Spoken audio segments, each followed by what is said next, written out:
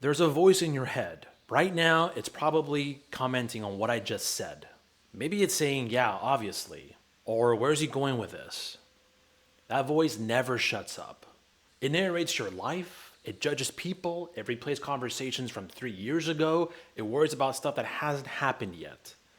And here's the thing most people never realize: you're not that voice, you're the one listening to it. Think about that for a second. If you can hear your thoughts, who's the one hearing them? Here's the thought, and then there's you, aware of that thought. Those are two different things. And the moment you really get that distinction, everything changes. Because suddenly you realize you've been taking orders from a voice in your head your entire life, and a voice that isn't even you. Let me show you what I mean. You are not your thoughts, the realization that changes everything. The most important distinction you'll ever make. Let's get started here.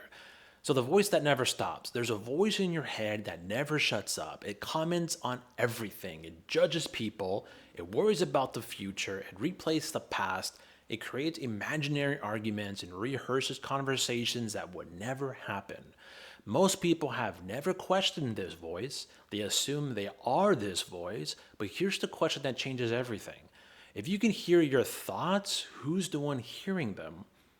Here's the thought, and there's the awareness of the thought. Those are two different things. The roommate test. So Michael Singer has this perfect way of explaining it. Imagine if you had a roommate who talked to you the way your mind talks to you. You're definitely going to mess this up. Remember that embarrassing thing from a few years ago? Let's think about that. Everyone at this party thinks you're awkward. What if everything goes wrong tomorrow? You would kick that roommate out immediately, but you don't kick the voice out because you think it's you. You think you're talking to yourself. You're not. You're listening to yourself, and that's a crucial distinction. Seriously though, think about this. If your roommate talked to you the way your mind talks to you, you'd kick them out. You're gonna mess up. Remember that embarrassing thing from 2015? Let's think about that for an hour. Everyone's judging you right now. You wouldn't tolerate that from another person, but we tolerate from ourselves every single day because we think that voice is us. It's not. The subject object shift. So here's the technical way to understand this: anything you can observe cannot be you. You can observe your body, so you're not your body. You have a body. You can observe your emotions, so you're not your emotions. You experience emotions. You can observe your thoughts, so you're not your thoughts. You witness thoughts. The observer cannot be the observed. So what are you? You're the awareness in which all this appears. You're the screen on which the movie of your life plays out. The watcher position. So once you see this, you can take what's called the watcher position. Instead of being lost in your thoughts, you watch them arise and pass. A thought comes, I'm not good enough. The old way is that you believe it, you feel bad, you spiral. The watcher position is like, oh look, there's that not good enough thought again. Interesting. Same thought, completely different relationship to it. In the first case, the thought controls you. In the second, you simply observe it. This creates space, and in that space, you have choice. This is where it gets interesting. When you start watching your thoughts instead of being lost in them, you create space. And in that space, you get to choose. Before a thought would arise and you'd react. Thought says, be angry, and you're angry. Thought says, be anxious, and you're anxious. No gap, no choice. But when you're the watcher, the thought arises and you see it. And then you decide what to do with it. That's freedom, real freedom.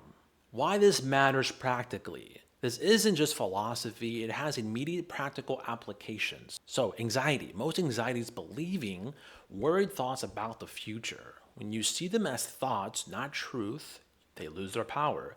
Self-criticism. The inner critic is just a pattern of thoughts. You don't have to believe the criticism any more than you'd believe a stranger yelling at you on the street. Reactivity. When you're identified with thoughts, you react instantly. When you watch them, you can respond instead of react. Rumination. The mind loves to replay negative events. When you see it's just the mind doing its thing, you don't have to follow it down the rabbit hole. And finally, peace. Behind all the mental noise, there's a stillness that's always there. That's you. The noise is just weather passing through. The noise doesn't stop, and here's what most people misunderstand about this. The goal is to not stop thinking. That's impossible. The mind thinks, that's what it does. You can't stop it any more than you can stop your heart from beating. The goal is to change your relationship with thinking. Before thoughts arise, you believe them, you act on them. After thoughts arise, you notice them, you choose whether to engage. It's like having a radio in the background. The radio keeps playing, but you don't have to dance every song. You don't have to take every broadcast as truth. You don't have to believe everything you think. I want to be real with you here. The thoughts don't stop. I still have a crazy voice in my head. It still says dumb stuff, negative stuff, anxious stuff. The difference is I don't take it as seriously anymore. It's like having a radio in the background. You can hear it, but you don't have to dance to every song. You don't have to believe everything you think. That's the whole game. Here's a simple practice. It's very, very, very simple. Notice that you're thinking, and that's it. Every time you notice a thought, you've just proven you're not the thought. You're the awareness that noticed it. You can do this anywhere. It's like in traffic. Oh, there's frustration. There's a thought about being late before a meeting. There's anxiety. There's a thought about what might go wrong. At 3 a.m., there's worry. There's the mind spinning stories. The moment of noticing is the moment of freedom, even if it just lasts a second. The gap is everything. Between stimulus and response, there's a space.